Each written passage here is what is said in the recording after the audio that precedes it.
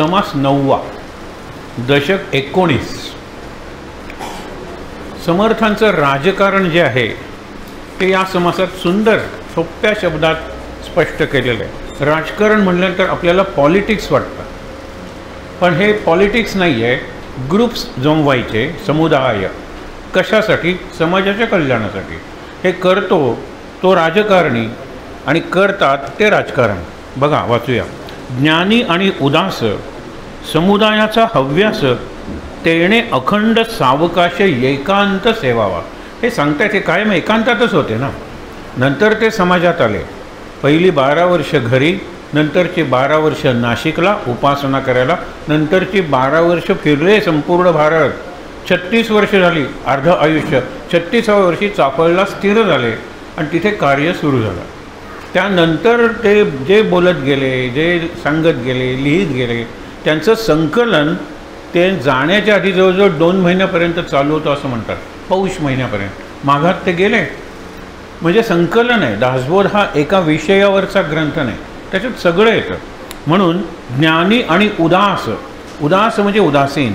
उदासीन म्हणजे काय की जो स्थिर आहे, जो स्थितप्रज्ञ आहे, त्याला उदासीन म्हणलेलं आहे. मराठीतला उदासीन नाही. मराठीतला उदासीन म्हणजे दुःखी, निराशावादी. हा संस्कृतमधला उदासीन. म्हणजे आपण नेहमीच म्हणतो ना, उत म्हणजे वरच्या पातळीवर, आसीन म्हणजे स्थिर झालेला. जो वरच्या पातळीवर स्थिर झालेला आहे त्याला खालचे भेद वगैरे दिसत नाहीत. तो समाजाला मार्ग दाखवू शकतो. समुदायाचा हव्यास. समर्थांच्या राजकारणात समुदाय महत्त्वाचा आहे. आता पार्टी म्हणतो आपण त्याला, मग पार्टी पॉलिटिक्स होतं. समुदाय म्हणजे ग्रुप्स निर्माण. आपला सुद्धा आता चैतन्य अंगण हा एक ग्रुप आहे. हल्ली ग्रुप म्हणलं की आपल्याला व्हॉट्सॲपचे ग्रुप आठवतात, पण हा समुदाय आहे. तसा वांतेचा समुदाय आहे. अनेक ठिकाणी असे समुदाय येतात. दुसरा चैतन्य समुदाय फोंड्याला सुद्धा आहे. अशी 60 मंडळी जमतात. महाराजांची कृपा आहे सगळी एका अर्थाने. त्यांची इच्छा आहे की समुदायाने एकत्र येऊन, आणि हेच ज्ञानेश्वर सांगत आले की ईश्वरनिष्ठांची मांदियाळी अनवरत भूमंडळी भेटतो भूता. म्हणजे सगळ्यांना भेटलं पाहिजे ईश्वरनिष्ठांच्या मांदियाळीने, म्हणजे ग्रुपनं. त्याला इथे सांगितलेला शब्द समुदाय. जेथे तजविजा कळती अखंड चालना निघती प्राणीमात्राची स्थिती गती कळो येते. हा जो समुदाय आहे करमणुकीचा नाही आहे. It is not just get together, it is getting together. Getting together to know about spiritual उपासना. सोपं आहे हे. Getting together. गेट टुगेदर म्हटल्यानंतर करमणुकीच्या यांनी आपण जातो. लक्षात घ्या. म्हणून ते जेथे तजविजा कळती. आता कुठली व्यवस्था करायची?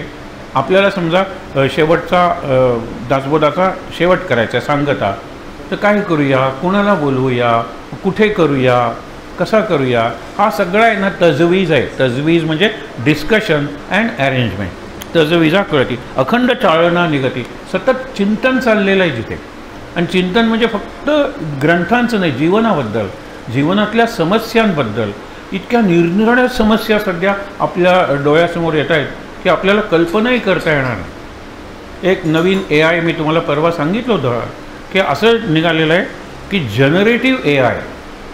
त्याच्यात पूर्वी जसे ब्लू व्हेल नावाचे खेळ होते ना, त्याच्यात काय होतं की तुम्ही या लेवलला पोचायचं असेल तर चोरी करा, वरच्या लेवलला पोचायचं असेल तर पहिल्या मजल्यावरून उडी मारा, त्याच्या वरच्यावर कुणाचा तरी खून करा, कुणावर तरी अत्याचार करा.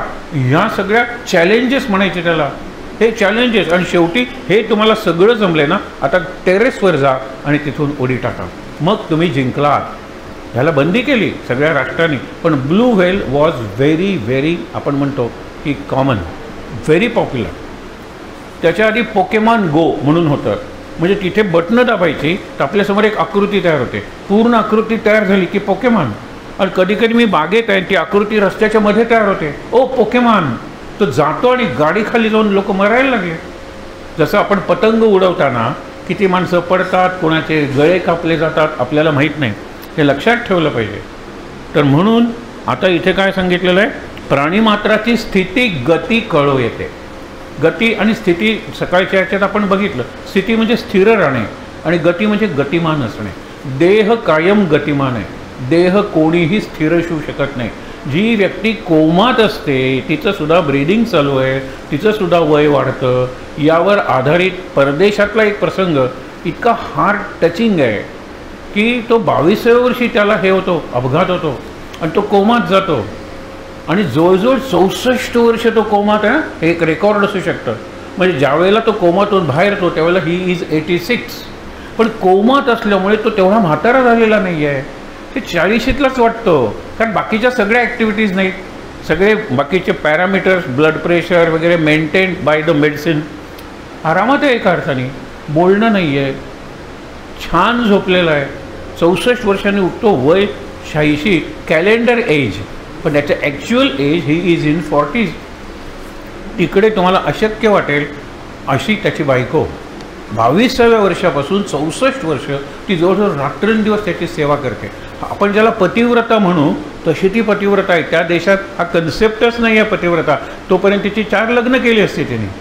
आणि ज्या वेळेला तो शुद्धीवर येतो त्यावेळेला ती म्हणते की I should be the first person to see him awake. गाढ झोपेतून, दीर्घ झोपेतून तो बाहेर आलेला मला बघायचं आहे. तर ती समोर उभी राहते आणि डॉक्टर म्हणतात आता he is coming, we will count down. आणि 100पासून सुरू करतात, नीचे गिनते.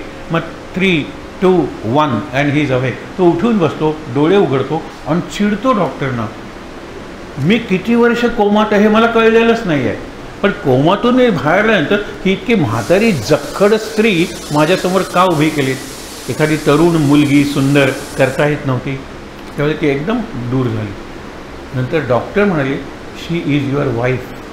माझे हात बघा, काही सुरकुत्या वगैरे काही नाही, तिचे सगळ्या शरीरावर सुरकुत्या आहेत. तो म्हणाला तुझं वय 86 आहे, तीसुद्धा आता 80 आहे, 80 वर्षाची तीसुद्धा आहे, आणि तिने तुझी सेवा केल्यामुळे ती जास्तच म्हातारी दिसते.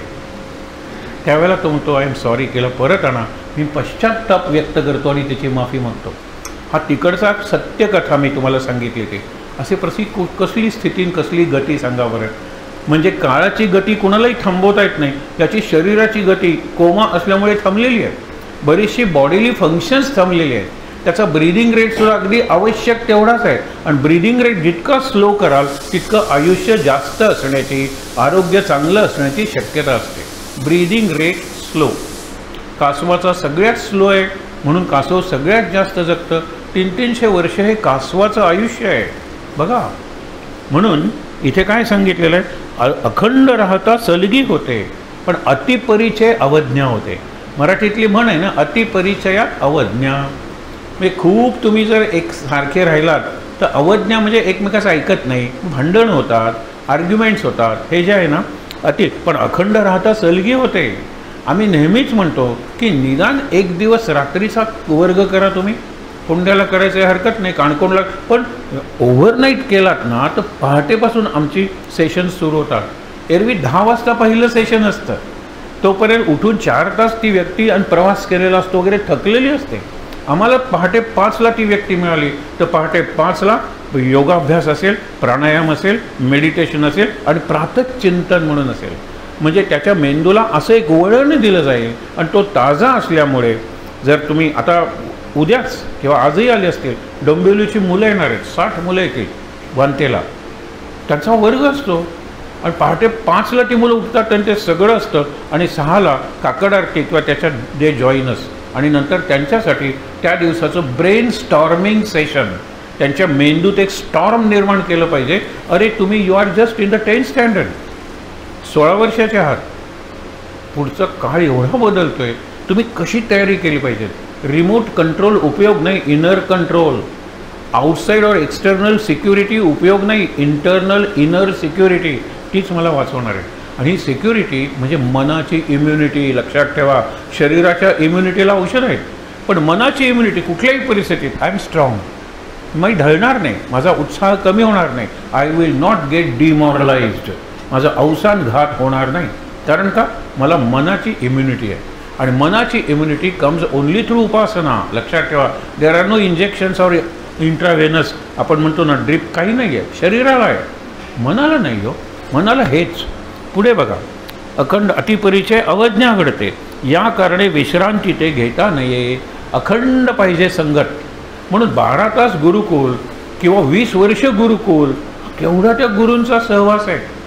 पण ते गुरुसुद्धा चांगले पाहिजेत ना. 12 तास सकाळी 7 ते संध्याकाळी 7 अशी गुरुकुलं गोव्यात मला माहीत आहेत किमान 2 आहे, तिसरंसुद्धा असू शकेल. गुरुकुल हा एक कन्सेप्ट आहे. मुलं रिकाम्या हाताने येतात आणि रिकाम्या हाताने जातात. पुस्तकं शाळेत असतात, होमवर्क शाळेत करतात, खूप खेळतात, योगासनं शिकतात, प्रथमोपचार शिकतात, आयुर्वेद किंवा वेदाची थोडी केवढी माहिती देत आहे त्यांना. 12 तास मुलं माझ्याकडे आहेत. आपल्याकडे 5.5 तास शाळा, त्यातला अर्धा तास इंटरवल आणि प्रेयर, 5च तास हे मला मिळतात. म्हणजे त्यांच्या जेवणसुद्धा एकत्र असतं. लक्षात ठेवा, काय सुंदर जेवतात. इथे मी जाऊन तुम्हाला सांगतोय, तिकडचे तर सुंदरच आहे. एक दिवस विषय असेल त्यावेळेला तुम्हाला सांगेन कशी तयारी केली त्या मुलांची. 6B तुमची काय स्पेशालिटी आहे? Knowledge about class. म्हणलं is it knowledge or information? नो म्हटलं नॉलेज. 6B हा. Stand up, close your eyes. आज मुलं किती हजर आहे? रोज 29 असतात, आज 27 आहे. एक ऑपरेशनसाठी आईसाठी आई जवळ बसलेली आहे आणि एक लग्नासाठी दूर गेलेला आहे. ही इन्फॉर्मेशन आहे.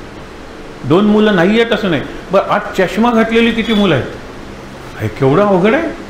तो चष्मा घातलेली एरवी 7 आहेत, आज 6 आहेत. कारण जे दोघे ॲबसेंट आहेत त्याच्यात एकीने चष्मा घातलेला आहे. पण सहज सांगतो, 3 जणं डॉक्टरकडे डोळे तपासण्यासाठी जात आहेत. म्हणजे पुढच्या आठवड्यात तेही चष्मा घातलेले असतील. केवढी माहिती आहे त्या मुलांना आपल्या वर्गाबद्दल. आजच्या वर्गाला खिडक्या किती आहेत, दारं किती आहेत, हे सगळं माहीत आहे. कारण आम्ही वर्षभर आमच्या वर्गाचीच इन्फॉर्मेशन मिळवत असतो. विद्यार्थ्यांच्या एकमेकाची, कुटुंबाची इन्फॉर्मेशन मिळेल. तुम्ही विचारा ना, कोणाचे वडील आईवडील किती शिकलेले आहेत. मी सांगतो, कुठलंही आम्ही दुसऱ्या विद्यार्थ्याला उभं केलं. हे केव्हा जमेल? अखंड सांगितलं ना, अखंड राहता सलगी होते. पण अतिपरिचय झाला, विद्यार्थ्यांनी जवळ आहेत म्हणून शिक्षकाच्या खांद्यावर हात टाकणं, हे अतिपरिचय आहे. डिस्टन्स राखलंच पाहिजे, पण त्याचबरोबर प्रेमही केलं पाहिजे आणि त्यासाठी जवळ राहिलं पाहिजे जरा दीर्घकाळ. म्हणून दोन्ही लक्षात ठेवा. आळस केला तरी मग कारभाराची बुडाला. समर्थांचा आळसावर खूप रोष आहे. आळस म्हणजे करंटेपणाचं पहिलं लक्षण आळस. आणि आपल्या सगळ्यांचा एक प्रॉब्लेम आहे. इथे एखादा जर महंत असेल तर माझा नमस्कार त्याला, पण आपण सगळे आळशी आहोत. अगदी ते आळसी म्हणतात कुठे? हिंदीवाले. पण मराठीतलं आळशी, काय छान शब्द आहे, शी. सगळ्यांना आळस येतो. आळस म्हणजे आजचं काम उद्यावर टाकणं, आत्ता नको नंतर करूया, ह्या सगळ्या आळसाची लक्षणं आहेत किंवा खुणा आहेत. आळस केला तरी मग कारभाराची बुडाला. अंतर्हेतच चुकत गेला समुदायाचा. हे राजकारण आहे. अंतर्हेत, समुदायाचं मन काय आहे? हल्ली आपण सोशल इंजिनिअरिंग शब्द वापरतो आणि इलेक्शन्स जिंकतो. कुठेतरी सोशल इंजिनिअरिंग चुकलं म्हणून लोकसभेच्या काय झालं ते तुम्हाला कळलं. आता सोशल इंजिनिअरिंग कळलं म्हणून महाराष्ट्रात वगैरे काय झाले हेही तुमच्या लक्षात येईल. मी सांगत नाही, राजकारणच आहे म्हणून सांगतो. 9 मधल्या 7 जागा जो पक्ष गेल्या वेळेला जवळजवळ 2-3 जिंकलेला असतो, हे सोशल इंजिनिअरिंग आहे खरंच. आणि मग ते निरनिराळ्या घोषणा असतात, बटोगे तो कटोगे, हे खरंच आहे प्रत्येक वेळेला. म्हणून इथून मतदान करायला जी माणसं गेली ना निरनिराळ्या ठिकाणी, कोण नाशिकला गेलं, कोण तिकडे गेलं, नमस्कार त्यांना. कारण का की क्रायसिस सध्या आपल्या देशात आहे. आपण हळूहळू मायनॉरिटीमध्ये निघालेलो आहोत. कारण हिंदू कुठे, एकच तुम्हाला प्रसंग सांगतो म्हणजे कळेल. गो हत्या नको म्हणून एक निदर्शन गेलं. त्यावेळेला महिला पंतप्रधान होत्या, त्यावेळेला मी सुद्धा गोहत्येच्या विरुद्ध आहे. पण गो मांस खाणारे लोक आहेत ना, they are only 20%. Show me the remaining 80%. आणि हिंदू लोकांनी डोकं खाली घातलं. 80% आर डिवायडेड इंटू 800 ग्रुप्स. बघा ना, त्याच्यात बरेचसे भारताला विरोध करणारे, हिंदू धर्माला विरोध करणारे, गोहत्या काय it is just an animal असं म्हणणारे. You show me those 80%, the next moment मी गोहत्या बंद केल्याचा ऑर्डिनन्स काढते. पण आपण अजून 80% दाखवू शकलेलो नाही आहे. 80% काय, आपण 60% दाखवू शकले. पण ते 20% तर 20%. ख्रिश्चन गोव्यात 22 असेल तर 22%. मुद्दामून लक्षात ठेवा. आता इफ्फी चालू आहे आणि नंतर शवप्रदर्शन आहे. प्रत्येक कपेल किंवा छोटा छोटा खुरीस काय रंगवले, काय त्याच्यावर हे आणलेलं आहे केलेले रोषणाई म्हणजे इल्युमिनेशन. म्हणजे आलेल्याला वाटलं पाहिजे गोवा ख्रिश्चन आहे, ते इम्प्रेशन ते देतात. आपली मंदिरही चांगली आहेत, पण आपण रिमोट एरियामध्ये आपली मंदिरं आहेत, तिथपर्यंत टुरिस्ट पोचत नाहीत. हे मुद्दामून लक्षात घेतलं पाहिजे. हे मी तुम्हाला का सांगतो? हे समर्थांचं राजकारण आहे. तुम्हाला जर समर्थ राहायचं असेल, समर्थ व्हायचं असेल तर हे लक्षातच ठेवलं पाहिजे. बटोगे तो कटोगे. एक आहे तो सेफ आहे. तुम्ही जर 2 झालात ना तर संपलातच. हे मुलांना शिकवलं पाहिजे. त्यासाठी आपण एक झालं पाहिजे की इथे आपण येतो, चांगले विचार ऐकतो, ही खूप चांगली गोष्ट आहे. पुढे बघा ना, नष्टासी. आता हे राजकारण आहे. एखादा माणूस दुष्ट आहे ना, तर त्याच्यासमोर दुष्टच उभा करा. सध्या एक नटी रडते आणि दुसरी नटी हसते आहे, कारण दोघांनी हिनी एवढा प्रचार केला, तिचा नवरा पडला. दोघी मुसलमान आहेत, हे हा हिंदू आहे, दुसरी कॉन्स्टिट्युएन्सी आहे, तिचा नवरा तिने जिंकून दिला. दोघीही नटे आहेत. पण तुझं मुळातच चूक आहे. देश तुकडे तुकडे देशाचे करूया म्हणणाऱ्याचा तू प्रसार करतेस आणि इकडे देश जोडूया म्हणणाऱ्याचाही प्रसार करते. This is the mood and spirit of India today. भारताचा सध्याचा मूड काय? एक हिंदूनं म्हणूया आपण, खरं म्हणजे भारतीयांनी सुद्धा एक होण्याची गरज आहे. म्हणून सध्या आउट ऑफ द वे जाऊन मी सांगत नाही, विचार करा, मराठीलाही राजभाषा बनवा आणि रोमी कोकणीलाही मान्यता द्या. ही नवीन डेव्हलपमेंट आहे आणि समोरचं जे घर आहे ना, तिथून ती सुरू झालेली आहे. लक्षात घ्या, फार चांगली आहे, वेलकम. नाही तर ख्रिश्चन कम्युनिटी तुमच्यापासून सुटली, इथलं समोरचं नाही, विठ्ठलाच्या समोरचं हे घर लक्षात ठेवा. तिथून ती घोषणा आलेली आहे. एक आहे, सावध राहायला पाहिजे, नाही तर रोमी कोकणी येईल, मराठी आहे तिथेच राहील, हा एक धोका लक्षात ठेवायचा. पण ख्रिश्चन कम्युनिटी गेल्यानंतर काय दाखवणार आहात तुम्ही? हे बाहेरचे लोक आपल्याला आत्ताच दे हॅव आउटनंबर्ड. निजाचे गोयकार म्हणतो ना आपण, they have outnumbered us only because they don't have education and political ambition. म्हणून कोण पोदेर आहे, कोण हे आहे ते करतात सिक्युरिटीवाले. त्यांना पॉलिटिकल ॲम्बिशन निर्माण झाली तर तुम्ही बघा, आपण नक्कीच विल बी आउटनंबर. म्हणून हे लक्षात येते. बरेचसे त्यातले हिंदूही आहेत, पण आपण विचार केला पाहिजे ना, की गोयकारांची जी म्हणून काश्मीरमध्ये जो BJPचं पानिपत झालं, त्यांनी सांगितलं कश्मीरियत जाएगी, उधर टाटा आएगा, गोदरेज आएगा, बिर्ला आएगा और वो उनके लोक लाएंगे. काश्मीरची कश्मीरियत म्हणून जे गोव्याचं जे गोयकारपण आहे ते संपतच आलेलं आहे. सध्या 5 राज्यांची जाहिरात एक केली जाते. प्रत्येक राज्याचं ही देवभूमी आहे, ही दिव्यभूमी आहे, ही कलांची भूमी आहे. गोव्याच्या बाबतीत काय सांगितलेलं आहे? ही उपभोगांची भूमी आहे. तुम्हाला वाटेल ते उपभोग घ्यायचे असतील, म्हणजे अगदी दारू प्यायचे तर आम्ही नंदनवनच आहे, बरोबर आहे. जुगार खेळायचं आहे तर आमच्याकडे तरंगते. आता सगळीचकडेच कॅझिनोज आहेत, फक्त ह्याच्यावर नाही आहे. आणि वेश्या पाहिजे असते तर आम्ही एस्कॉर्ट, कुठल्याही देशातली वेश्या गोव्यात मिळते, हे लक्षात घ्या. ही जाहिरात आहे, ही अगदी ताजी जाहिरात मी तुम्हाला सांगतो आहे. तुम्हाला भोग भोगायचे आहेत, गोवा तयार आहे त्यासाठी. बाकी केरळची आहे, हिमाचल प्रदेश, सगळी एकच जाहिरात आहे. ही आपल्याला पहिचान म्हणतात ना, ही आयडेंटिटी जर बदलायची असेल तर त्यासाठी समर्थांचं राजकारण केलं पाहिजे, एक आलं पाहिजे. अगदी लक्षात घ्या. पुढे काय सांगितलं? म्हणून नष्ट असेल, नष्ट म्हणजे दुष्ट, दुष्टासमोर दुष्ट उभा करा. हा निवडणुकीला उभा राहिला ना, त्याच्या इतका तितका धटासी धट, खटासी खट असे शब्द आहेत पुढे. सगळ्या ओव्या घेतल्या नाही, तुम्ही आत्ता वाचलं इथे. म्हणून एखादा धट म्हणजे धटिंगण आहे, त्याच्यासमोर तुम्ही जर साधू उभा केला तर तो धटिंगणच निवडून येणार आहे.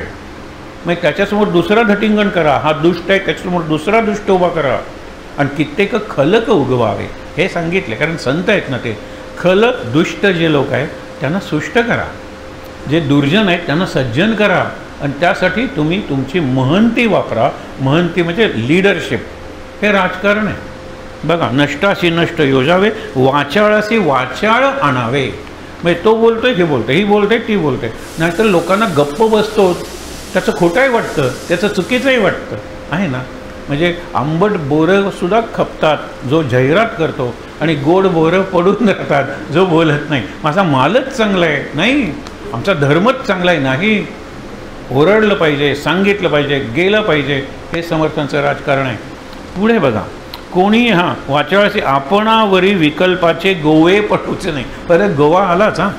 तुम्ही कधी गुंत्यात सापडू नका. नष्टासमोर दष्ट, दुष्टासमोर दुष्ट, तुम्ही स्वतंत्र राहा.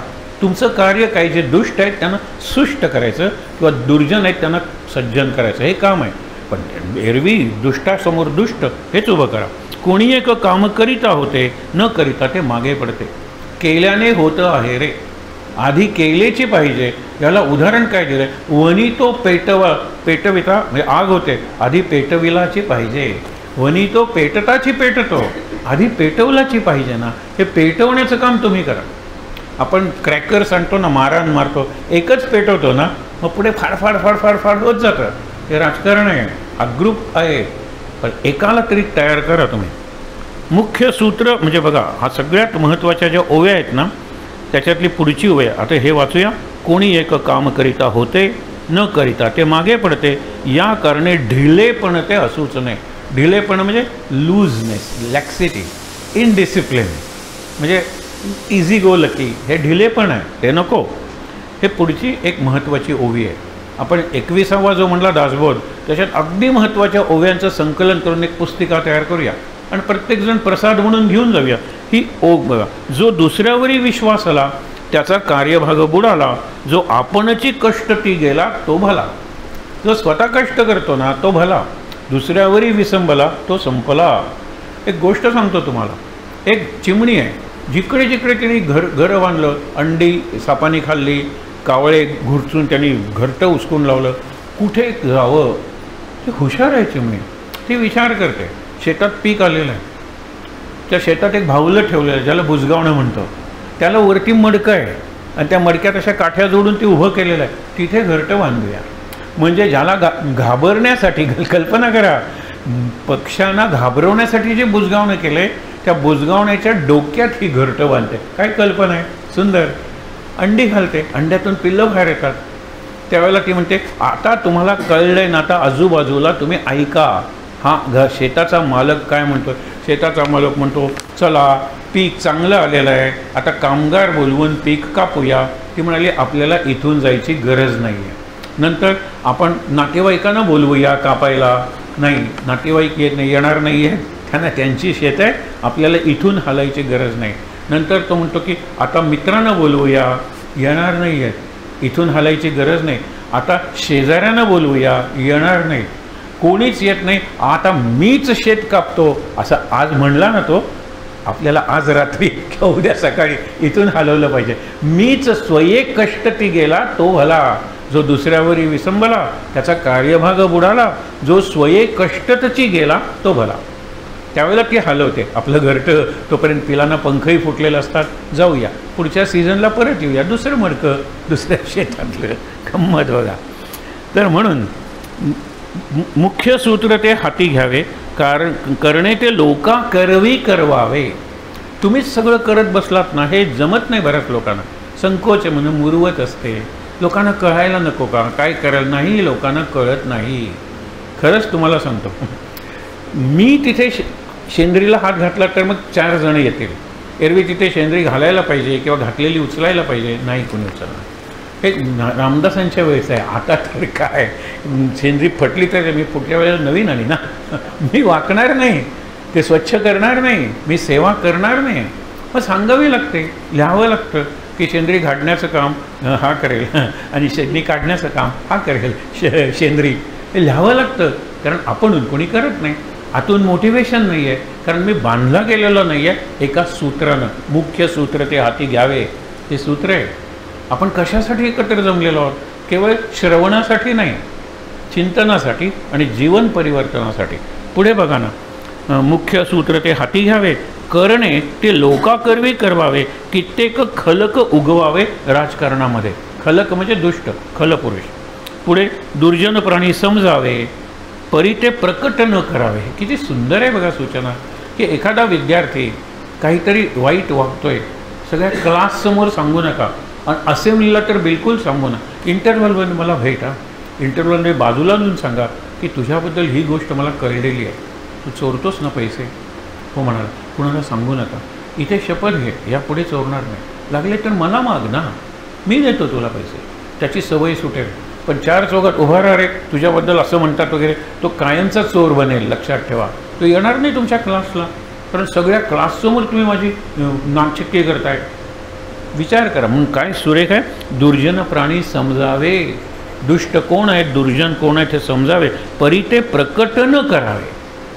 तुम्ही त्यांना जाऊन हे करा, काउन्सेलिंग करा. पुढे सज्जना परीस आडवावे, महत्त्व देऊ नये. दुर्जन आहे ना, त्यांना तुम्ही सज्जन म्हणा, त्यांना महत्त्व द्या, आणि मग बघा ते सज्जन होतात की नाही. ते तू दुर्जन दुर्जन म्हणत आल्यानंतर ते आणखीन दुर्जन होतात. त्यांना संधी दिली पाहिजे. असे प्रयोग शाळेत करायला केवढी चांगली संधी आहे. अगदी मी केलेले प्रयोग नंतर कधीतरी सांगेन. एखादा मुलगा खोडकर आहे, त्याला जर जबाबदारीचं काम दिलं तर तो इतक्या जबाबदारीने करतो. साधं एक काम द्या त्याला की शिक्षक वर्गातून गेले, मुलांनी लिहून घेतलं बोर्डवरचं, बोर्ड स्वच्छ करायचा या टोकापासून त्या टोकापर्यंत. तो इतका स्वच्छ, एरवी तो धटिंगड मुलगा आहे, उन्हाळ मुलगा आहे, पण हे काम तो इतकं चांगलं करतो. मग त्याचं कॅलेंडर घ्या आणि त्याच्यावर एक पेज असलं पाहिजे पॉझिटिव्ह स्ट्रोक्स, आणि त्याच्यावर हेडमास्टर लिहिल हा किती दिलेलं काम मनापासून करतो, स्वच्छ करतो, नीटनेटकं करतो. I am proud of him. Headmaster ज्याला प्राऊड ऑफ हिम म्हणतो तो मुलगा सुधारलाच पाहिजे, लक्षात ठेवा. आधी लोकांना त्रास देतो, मुलींना चेष्टा करतो, सुधारायला पाहिजे ना. हे समर्थ सांगतायत आणि हे समर्थांचं राजकारण आहे. गनिमाच्या देखता फौजा, रणशूरांच्या फुरफुरीती भुजा, ऐसा पाहिजे की राजा कै पक्षी परमार्थी. हे शिवाजीचं वर्णन आहे. शिवाजी राजा कै पक्षी म्हणजे कैवारी आणि परमार्थाचा कैवारी. आत्ता इथे येताना मी आत ऐकत होतो की बांगलादेशातले 5,000 लोक नदीत उभे आहेत आणि भारतातले जवान सांगतात तुम्हाला देशात घ्यायची आम्हाला ऑर्डर नाही आहे. एरवी पंतप्रधान सांगतात दिसली की गोळी घाला शत्रूला. अरे हे आपले लोक आहेत, हे हिंदू आहेत, आणि तिकडे सगळीकडे साप विषारी त्या नदीत, तिस्ता नदी म्हणजे गंगेची, आणि ॲलिगेटर्स आहेत, मगरी आहेत, मुलं आहेत, बायका आहेत, आणि ते म्हणतात आम्ही हिंदू आहोत, आमच्यावर बलात्कार होत आहेत, आम्हाला मारलं जात आहे. आणि हे सरकार सध्याचं तो फार आनंद रंगनाथ नाही का? तो एक स्टेटमेंट तुम्ही सांगा, हे टॉपचे 2 लीडर्स आहेत तुमचे हिंदूबद्दल, एक स्टेटमेंट गेल्या 15 वर्षात केलं आहे का? हिंदूंविरुद्ध काही केलं नाही, पण फक्त हिंदूंचा देश, हिंदू राष्ट्र. एखादा योगी म्हणतो, लक्षात ठेवा, योगी त्या मानाने स्ट्रेट फॉरवर्ड आहे. हे करलं पाहिजे. त्या 5,000 लोकांना मागे जावं तर मृत्यू आहे, बलात्कार आहे, पुढे यावं तर लोक घेत नाही आहेत. हे तुमचं हिंदू राष्ट्र. आणि अजून त्या लोकांचं भवितव्य काय झालं आहे माहीत नाही, वाहून गेले असते काही जण. गंमत बघा, ते कधी वाईट वाटतं. एक तरी तुम्ही रेफ्युजी कॅम्प बांधलाय बांगलादेश नंतर, तुम्हाला माहीत असेल तर सांगा मला. हे निर्वासित लोकांना कॅम्प नकोत. आम्ही काश्मीरी लोकांसाठी रेफ्युजी कॅम्प बांधतो, म्हणजे भारतीयांसाठी रेफ्युजी कॅम्प, पण परदेशात असलेल्या हिंदू लोकांसाठी एकही निर्वासितांचा कॅम्प नाही. हे कसलं राजकारण आहे? हे फक्त मतांचं राजकारण आहे. आणि 4 कमी पडले तर विकत घ्या, आणि विकत घेण्याची सगळ्यात जास्त शक्ती सत्ताधारी पक्षाकडे असते. मी अगदी तळतळाटानं बोलतोय, तुम्ही विचार करा. जे नेते आहेत, मलाही त्या नेत्यांबद्दल आदर आहे, पण ते करायचं तितकं चांगलं करत नाही आहेत. आणि त्याचा परिणाम दिसला ना, अगदी मरता मरता वाचले. कुठल्याही याला पार्लमेंटमध्ये कुठेही मेजॉरिटी नाही आहे. हे राजकारणच नाही आहे. कारण समाजकारण तुमचं चुकलं की राजकारण फक्त पॉलिटिक्स किंवा ज्याला पॉलिटिकिंग म्हणतात ते पॉलिटिकिंग बनतं. फक्त निवडणुका जिंकायच्या बाय हुक और बाय क्रूक, आणि नंतर निवडलेले आमदार दुसऱ्या पक्षाचे विकत घ्यायचे, मेजॉरिटी मिळाली. ही नाही आहे लोकशाही. म्हणून सांगितलेलं आहे की पुढे गनिमांच्या देखता फौजा. गनिम म्हणजे गरिलास. गरिला वॉरफेअर शिवाजी प्रसिद्ध होता. काय त्यांच्या हजारोंच्या पुढे यांचे शेकडो असायचे.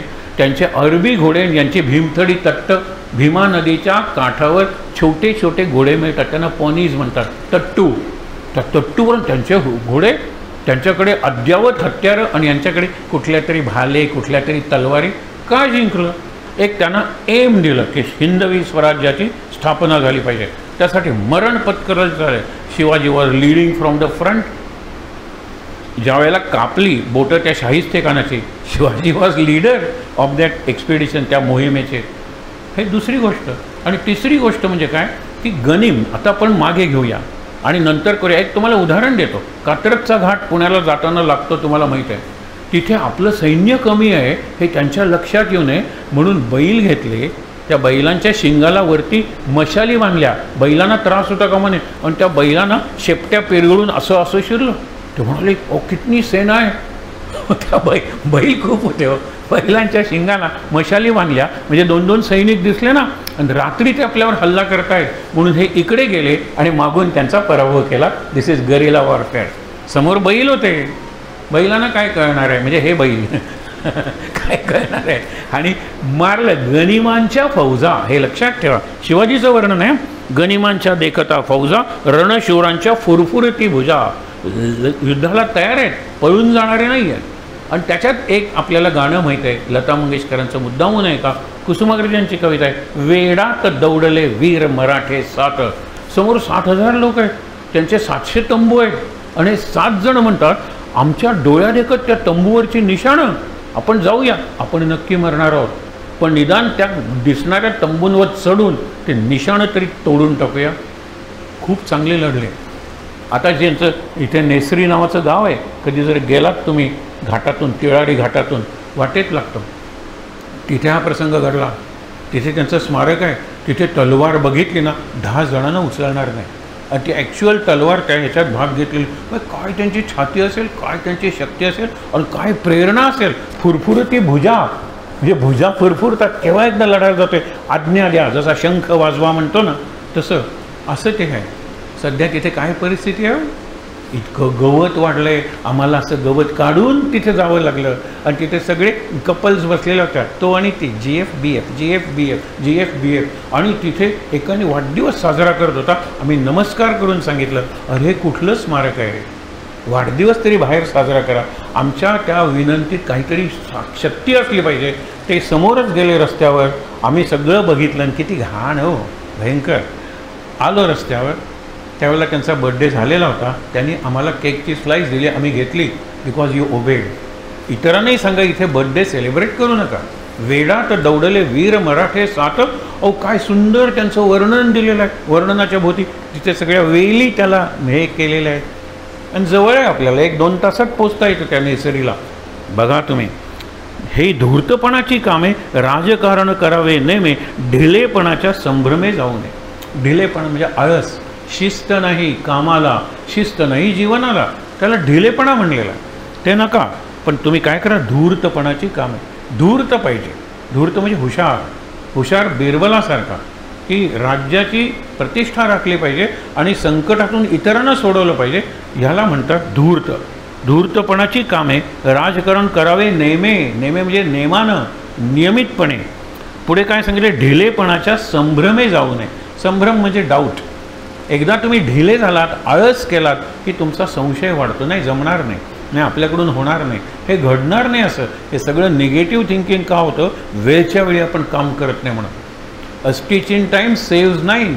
आत्ता मला दिसतंय की हा धागा एक निघालेला आहे, टाका उसवलेला आहे, आजच मी रात्री तो केला तर तो टिकतो. पण नाही तर उद्या करूया की 2 झाले, 4 झाले. स्टिच इन 9 धागे होतात. माझं भाऊ दिसायला लागतो बाहेर. मी स्टिच इन टाईम, एक धागा किंवा एक टाका जर घातला असता तर पुढचे टाके घालायची गरज नव्हती. हे महत्त्वाचं आहे. शेवटी सांगतात, धटाशी आणावा धट, उद्धटाशी पाहिजे उद्धट, खटनसाठी खटनट, अगत्य करी. अगदी तशीच माणसं निवडा. आणि तशी माणसं सगळ्या पक्षात असतात. हो, सगळ्या पक्षात. तुम्हाला काय वाटतं की फक्त इकडेच आहेत? नाही, उत्तरेकडे सुद्धा आहेत. म्हणजे इकडे जर तुम्ही एखादा देशपांडे मारला तर तिकडे फर्नांडिस मारला जाणार आहे. हे घडलं केव्हा, जे भाषावाद चालू होता त्यावेळेला. गुंड नाहीत कुठल्या धर्मात, गुंड नाहीत कुठल्या पक्षात, पण मी माझ्या पक्षाचं रक्षण करायचं आहे तर तो गुंड आहे ना, त्याला गुंडच उभा करा समोर, गुंडच उभा करा. तिथे सज्जन नेऊ नका. धटाशी धट, उद्धटाशी उद्धट, खटनटाशी खटनट, अगत्य करी. जैशास जैशास तैसा जेव्हा भेटे तेव्हा मजा आलसी थाटे. मग गंमत येते. जशास तसं, टीट फॉर टॅट, हे फार महत्त्वाचं आहे. तेव्हा इतुके होते परिधनी कोठे, हे दृष्टी न पडे. हे खरं राजकारण आहे. हे सगळं समर्थ करायचे, पण समर्थ घरीच राहायचे. समर्थ आहेत कुठे, शोध घ्यावा लागायचा. तुकारामांनी सांगितलं की मी तुझा गुरु नाही आहे, तुझा गुरु महाराष्ट्रातच आहे. मी त्याचं वर्णन करतो. म्हणून तुकारामांनी जे वर्णन केलं आहे समर्थांचं, तो हा फोटो.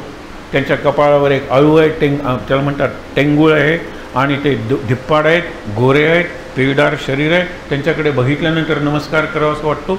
3 महिने शिवाजी काही लोकांना घेऊन घोड्यावरून फिरत होते. आत्ता इथे होते हो, कुठे गेले माहीत नाही.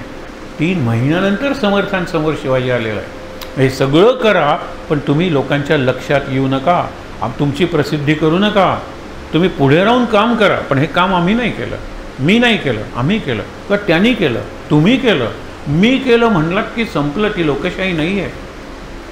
मी करीन पण आम्ही केलं म्हणेन, आम्ही नाही तुम्ही केलं म्हणेन. तिनं केलं, त्यानं केलं, क्रेडिट द्या दुसऱ्याला.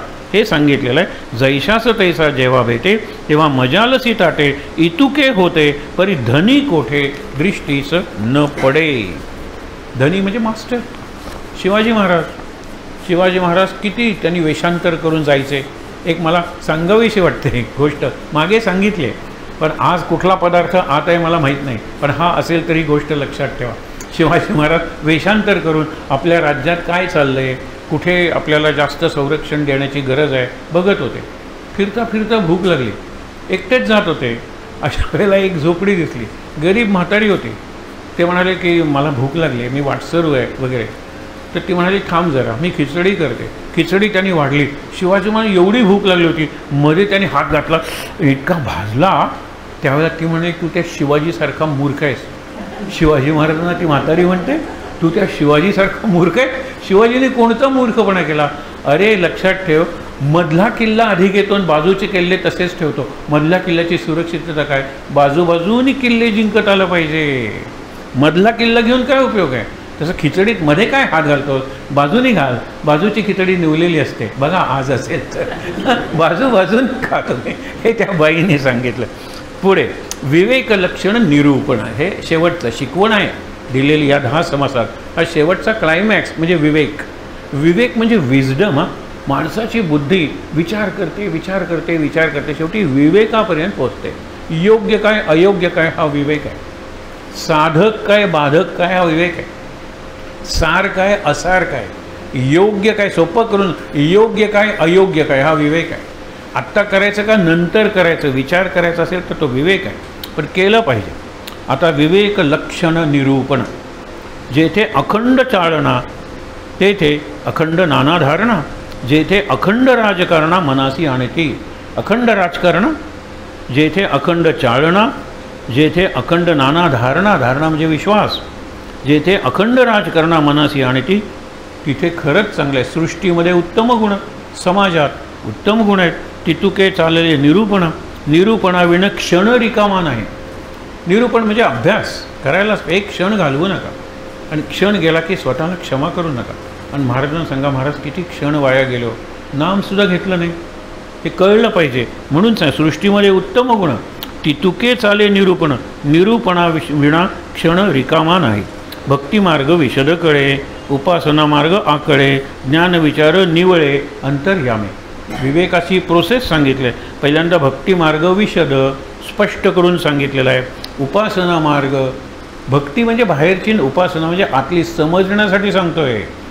एरवी भक्ती म्हणल्यानंतर सगळं येतं, पण पूजा करा, षोडशोपचारे पूजा, नैवेद्य, प्रदक्षिणा, आरती या सगळ्या गोष्टी बाहेरच्या आहेत. उपासना म्हणजे फक्त आतली, तेही कळलं पाहिजे. म्हणून भक्तिमार्ग विशद कळे, उपासना मार्ग आकळे, ज्ञान विचार निवळे अंतर्यामी. ज्ञान मार्ग पाहिजेच शेवटी. वैराग्याची बहु आवडी, वैराग्य आवडलं पाहिजे. उदास वृत्तीची गोडी, उदासीन वृत्ती पाहिजे. म्हणजे मला मिळालं नाही तरी चालेल, त्याला मिळालं ना त्याला त्याची गरज आहे. उदासीन वृत्ती. उदंड उपाधी तरी सोडी लागोच नेदी. उदंड उपाधी असली तरी उपाधी त्याला चिकटत नाही. हे शिकलं पाहिजे या लोकांनी. म्हणजे निस्पृहता, मला कशाची इच्छा नाही पण हे सगळं मी लोकांसाठी करतोय आणि मला काही म्हणजे काहीही नको आहे, हे लोकांना पटलं पाहिजे. हा स्वतःसाठी, स्वतःच्या कुटुंबासाठी, परिवारासाठी हे करत नाही आहे.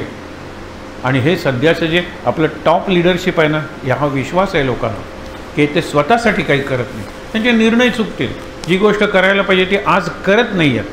पण देशावर प्रेम आहे, देश विकणार नाहीत, देशासाठी स्वतःचा त्याग करतील, हे फार महत्त्वाचं आहे.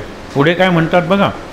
वैराग्याची बहु आवडी, उदास वृत्तीची गोडी, उदंड उपाधी म्हणजे उदंड कार्य, उदंड व्याप तरी सोडी लागोच नेदी. सगळं उपाय केला, क्रेडिट सोडलं, लागोच नेदी. अटॅचमेंट कशालाही नाही.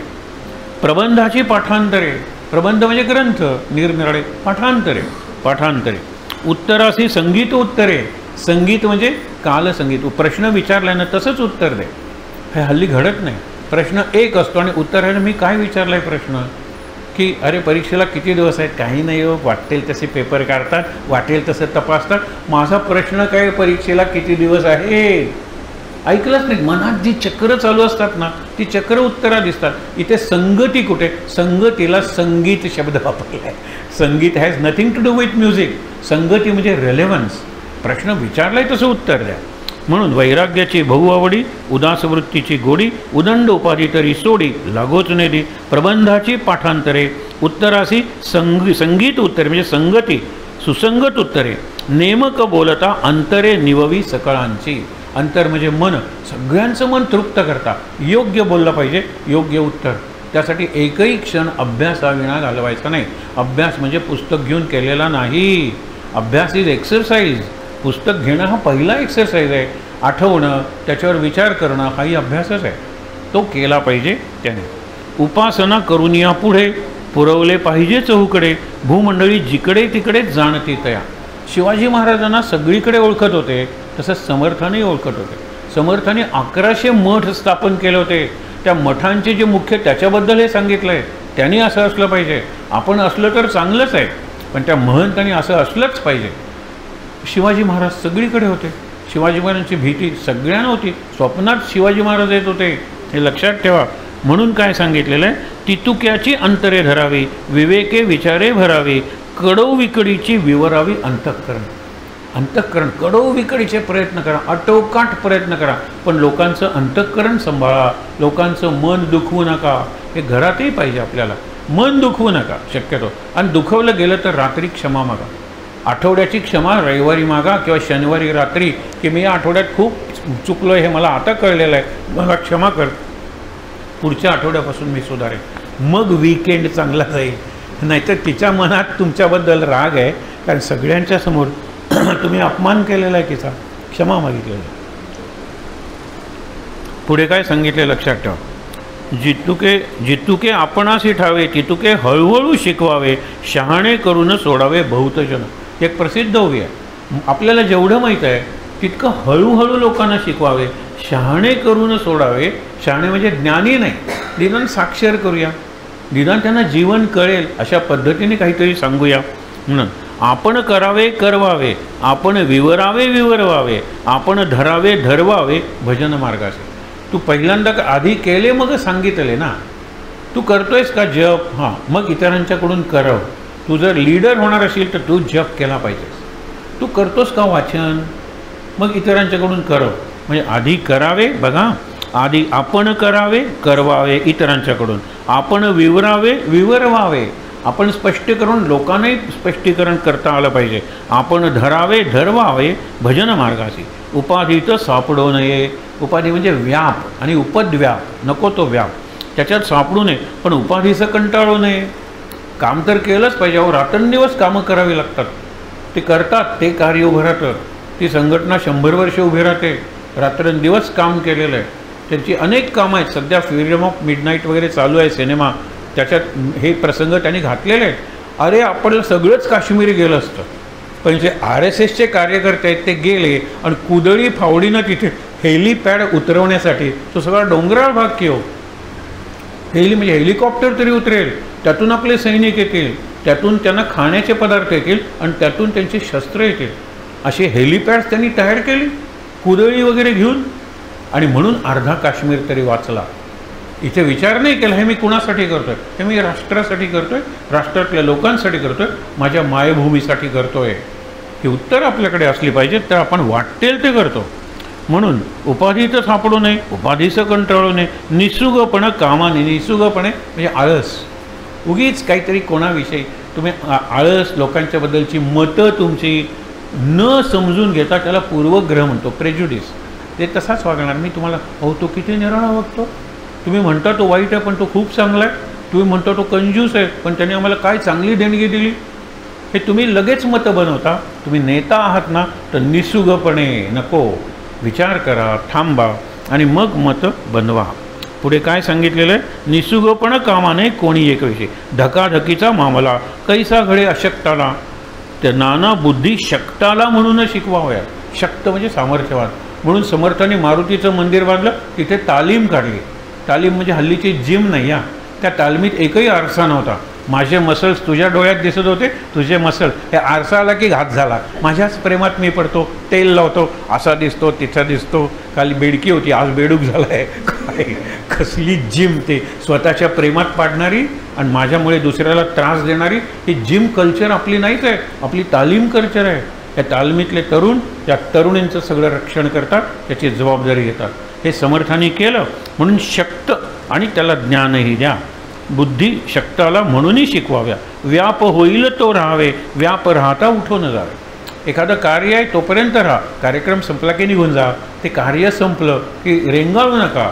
तुमचे पुतळे उभारतील, तुम्हाला हार घालतील, थांबू नका. कार्य झालेलं आहे, आता मी येतो, रात्रीच गायब व्हा. त्याच्यानंतर व्याप राहता उठूनही जाते. आनंदरूप फिरावे कोठेतरी. आणि कुठे हे किती ठिकाणी फिरत होते.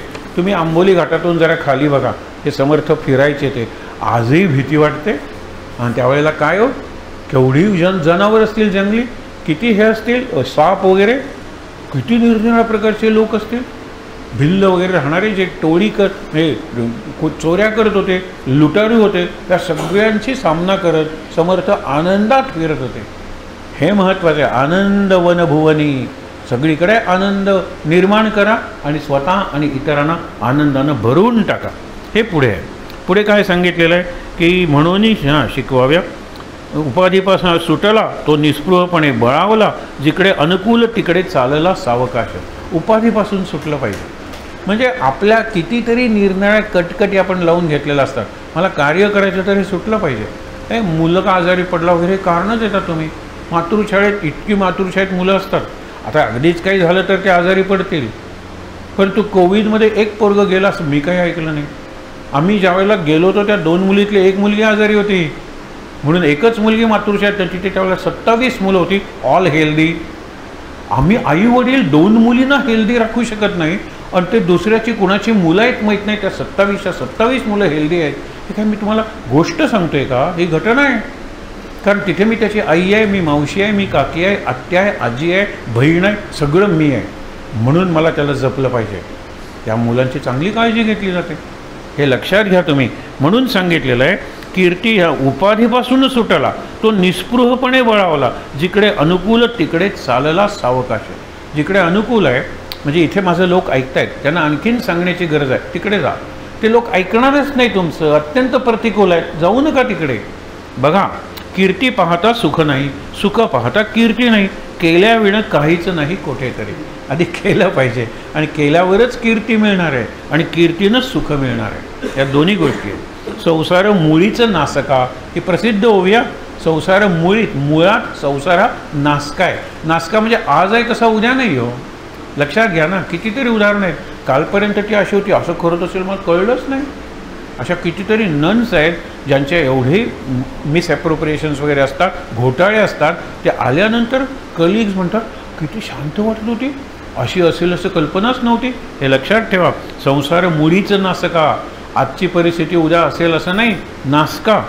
विवेके करावा नेटका. नेटकाकरिता फिका होतच जातो. फिका म्हणजे काय? नासका जो आहे ना, ते नासके पण फिकं होत जातं आणि अस्सल पण चांगले पण ठळक होत जातं. हे लक्षात घ्या. म्हणून काय सांगितलेलं आहे? नेटकाकरिता फिका होत जातो. ऐसा याचा जिनसाना. जिनसाना म्हणजे मटेरियल. संसार कशाचा बनलेला आहे? समाज कशाचा बनलेला आहे? सृष्टी कशाची बनलेली आहे? हे लक्षात घेऊन आहे ती सृष्टी, आहे तो समाज, आहे तो संसार अधिक चांगला, अधिक माणुसकी असलेला करण्यासाठी प्रयत्न करतो तो राजकारणी. आणि अशा लोकांना एकत्र करतो, त्याला राजकारण म्हणलेलं आहे. शेवटी ऐसा याचा जिनसाना पाहता कळू येते म्हणा, परंतु धीर सांडावाना कोणी एके. धैर्य सोडू नका. या गोष्टी एका रात्रीत घडत नाहीत. आणि याला 2 रात्रीत जमलं त्याला 4 रात्री लागतील. काही जण 40 रात्री. रात्री म्हणजे तुम्ही जिथे राहता, तुमचं शिबिर आहे, तर रात्रीसुद्धा तुमचा अभ्यास झाला पाहिजे. सकाळी कळलं नाही ना, मी तुला रात्री शिकवतो, हे त्यांनी सांगितले. उदाहरणार्थ, धीर सांडावाना कोणी एके. शेवटची ओवी आहे, धीर सांडिता काय होते, अवघे सोसावे लागते, नाना बुद्धी नाना मते शहाणा जाणे. किती लोकांच्या बुद्धी, किती लोकांची मतं. महंत जर शहाणा असेल तर हो बरोबर आहे तुमचं, पण नंतर म्हणेल त्याप्रमाणे आपण करणार नाही, कारण आपल्याला ते योग्य नाही आहे.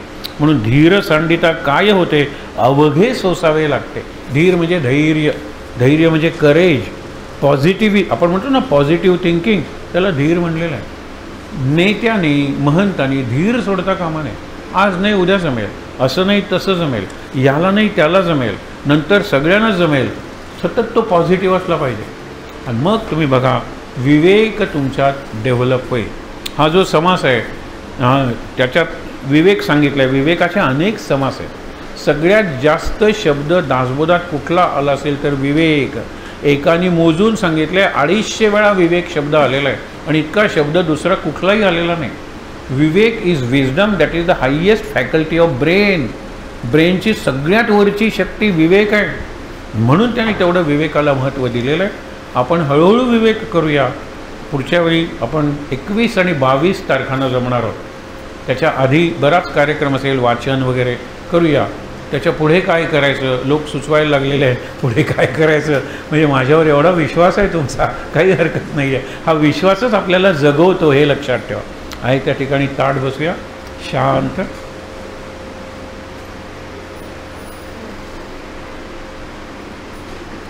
श्लोक म्हणूया आणि शांतिपाठ. सदा सर्वदा योग तुझा घडावा, तुझे कारणी देह माझा पडावा. उपेक्षू नको गुणवंता अनंता, रघुनायका मागणे हेची आता. जय जय रघुवीर समर्थ. ओम सहनाववतु सहनौ भुनक्तु सह वीर्यं करवावहै. तेजस्विनावधीतमस्तु मा विद्विषावहै.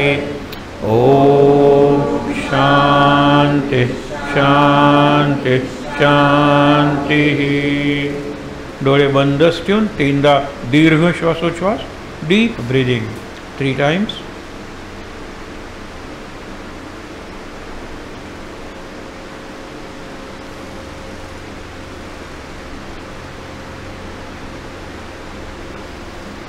हातावर हात चोळून ते चेहऱ्यावर डोळ्यांवर चोळायचे.